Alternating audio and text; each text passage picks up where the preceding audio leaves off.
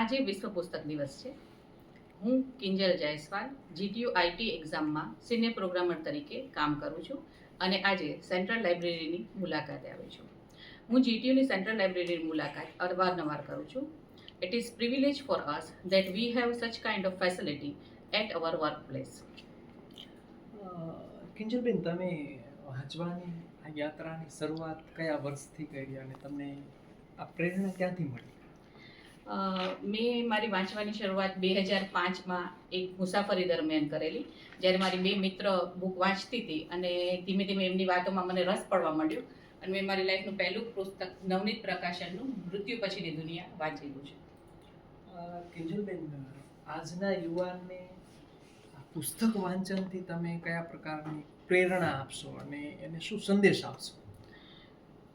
અત્યારના ડિજિટલ યુગમાં પણ જ્યારે હું ટ્રેનમાં, મેટ્રોમાં પુસ્તકો છોકરાઓને વાંચતા જોઉં ત્યારે બહુ સારું લાગે કે હજી પણ આ પેઢી પુસ્તક પ્રેમ જાળવી રહી છે. અને મને એવું લાગે કે જો તમે કોઈ પણ સબ્જેક્ટ રિલેટેડ કે કોઈ પણ ફિક્શન, નોન ફિક્શન પણ પુસ્તક વાંચતા હોય તો એ બાબતનું તમારું નોલેજ છે એ પણ વધે એન્ડ યુ ફીલ ગુડ. તમને સારું લાગે જ્યારે તમે કોઈ એક પુસ્તક વાંચો. જેમ તમને કોઈ પિક્ચર જોવાનું પણ આમ મજા આવે, એમ કોઈ પુસ્તક પૂરું કરવાનો પણ એક નશો હોય છે કે મેં એક સિટિંગ પર એક પુસ્તક પૂરું કર્યું. તમે જીટીયુના વિદ્યાર્થી અને કર્મચારીને આજે વિશ્વ પુસ્તક દિવસ નિમિત્તે એક પ્રેરણાદાયી એક સંદેશ આપો કે વાંચવાના તમને તમારા જીવનમાં શું ફાયદા થયા છે?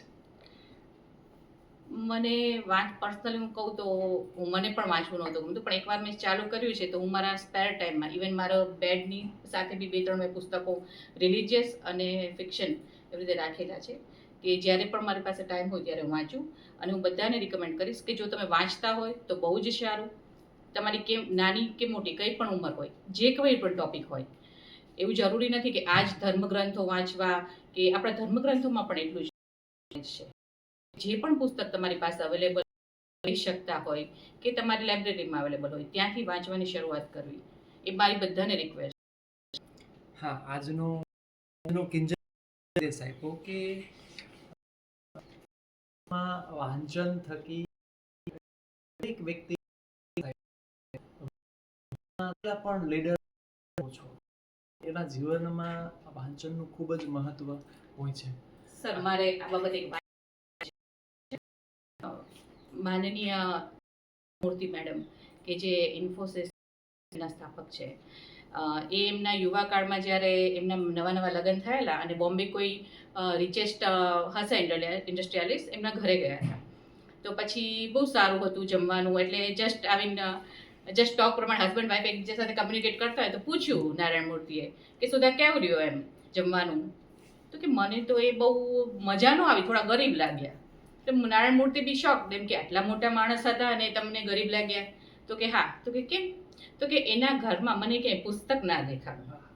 એટલે જો સુધા મૂર્તિના મત એવું છે કે જો તમારા ઘરમાં પુસ્તક ના હોય તો તમે એટલા બધા સમૃદ્ધ નથી. તો મારું પણ તમને એક રિક્વેસ્ટ છે કે ક્યાંય બી તમે જો અવેલેબલ હોય અને પુસ્તક ખરીદી શકતા હોય તો તમારા ઘરમાં પણ પુસ્તક વસાવા, જેથી આપણા ઘરના ફેમિલી મેમ્બર્સ પણ આ જ્ઞાનનો લાભ લે. Thank you. ખૂબ સરસ. કિંજલબેને આજે લાઇબ્રેરીની મુલાકાત લઈ અને વિશ્વ પુસ્તક દિવસે ગુજરાત રાજ્યના તમામ વિદ્યાર્થીઓ, જીટીયુના તમામ વિદ્યાર્થીઓને એક સંદેશ આપ્યો છે કે વાંચન થકી તમારું માનસ સારું થશે, તમારો સ્વયં વિકાસ થશે અને વિશ્વની જેટલી પણ વિભૂતિઓ તમે જોઈ રહ્યા છો, તમે વાંચી છે, એ વિભૂતિ દરરોજ એના જીવનમાં 1 કલાક 2 કલાક વાંચતી જ હોય છે. એટલે જીટીયુના દરેક કર્મચારી અને વિદ્યાર્થીને મારો પણ એક લાઇબ્રેરિયન તરીકે સંદેશ છે કે તમે રોજ વાંચો, વિચારો, સારું વિચારો અને આપણા રાષ્ટ્રને વિશ્વગુરુ બનાવવા માટે આપણે વાંચવું ખૂબ જરૂરી છે. Thank you.